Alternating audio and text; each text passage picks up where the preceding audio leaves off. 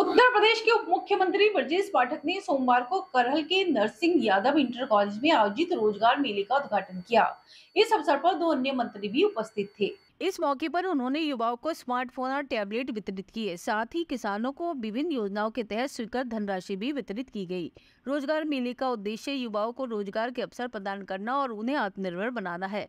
उप मुख्यमंत्री ब्रजेश पाठक ने कहा कि सरकार युवाओं के लिए ऐसे आयोजनों को नियमित रूप से आयोजित करेगी ताकि वे अपने सपनों को पूरा कर सकें। इस कार्यक्रम में बड़ी संख्या में युवा और किसान उपस्थित थे।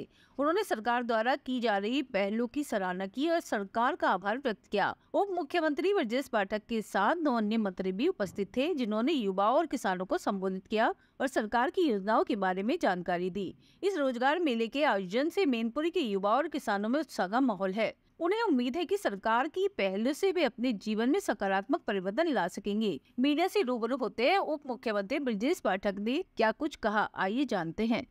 नौजवानों के जीवन को आगे बढ़ाने के लिए बहुत बड़ा कदम होगा। शायद ही इतिहास में इस प्रकार का मेला कभी कोई करहल में लगा।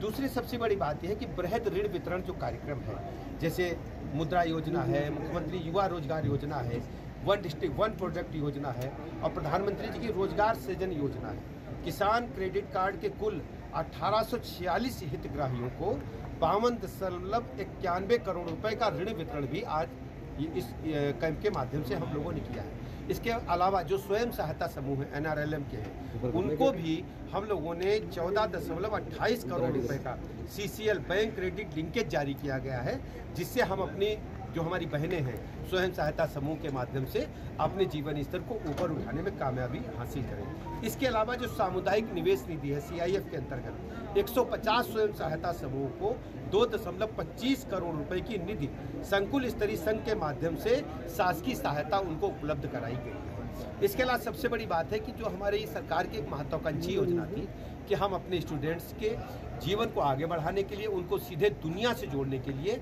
हम मोबाइल और टैबलेट प्रदान करेंगे। इस प्रकार 13 संस्थानों के कुल 1007 से अधिक छात्र छात्राओं को PC टैबलेट का वितरण किया गया है। स्मार्टफोन के लिए 9 संस्थानों के 2111 छात्रों को स्मार्टफोन का वितरण भी किया गया है। इसके अलावा कस्टम हायरिंग सेंटर जो CSCs है, 2 कृषकों को 20 लाख रुपए का ऋण, जिसमें 8 लाख रुपए अनुदान के सम्मिलित है। महत्वपूर्ण ये है 20 लाख का ऋण मिला है और 8 लाख का अनुदान है जो कृषि यंत्र के लिए हम लोगों ने उपलब्ध कराया है। इसके अलावा फार्म मशीनरी बैंक के अंतर्गत 3 कृषकों को 45 लाख रुपए का ऋण यहाँ पर दिया गया, जिसमें 36 लाख रुपए का अनुदान है। और ये सब पराली प्रबंधन से संबंधित जो कृषि यंत्र हैं उनको क्रय करने के लिए हमारी सरकार ने मैनपुरी करहल हमारे विकास के एजेंडे में नंबर 1 पर है। करहल की सड़कें, मैनपुरी की सड़कें, बिजली लगातार मिले, अस्पतालों में बेहतर व्यवस्था हो, कानून व्यवस्था नंबर 1 पर हो। जल जीवन मिशन के तहत तो काम पहले से चल रहा है। करहल के लोगों से अपील करने के लिए आया हूँ, यदि उन्होंने अपने बीच का कोई बेटा बेटी चुन करके भेजा होता तो ये स्थिति उत्पन्न नहीं होती। करहल को लाभ के लिए एक प्लेटफॉर्म बना करके कुछ चुनिंदा लोग उपयोग कर रहे हैं। हम करहल के युवा नौजवानों से, बुजुर्गों से, माताओं बहनों से अपील करने के लिए आए हैं। आप देखते होंगे जो विपक्षी दल हैं वो तरह तरह के हथकंडे अपना करके समाज में लोगों को बांटने का काम कर रहे हैं, जबकि भारतीय जनता पार्टी और हमारी सरकार लगातार लोगों को मुख्य धारा से जोड़ रही है, डेवलपमेंट कर रही है, देश और प्रदेश को नंबर 1 पर लाने का काम कर रही है। जो विपक्षी जो गठबंधन है उनके पास केवल लोगों में एक वैमनस्यता का बहुत उत्पन्न करना है और कुछ नहीं। जब उत्तर प्रदेश में सपा की सरकार है, गुंडे, बदमाश, माफिया, लुच्चे, लफंगे, डकैत चंबल के बिहड़ों में पनपे हैं। हमारी सरकार की प्रतिबद्धता है कि हम अपराध पर 0 टॉलरेंस की नीति अपनाएंगे। एक भी अपराधी प्रदेश में खुलेआम घूम नहीं रहा है।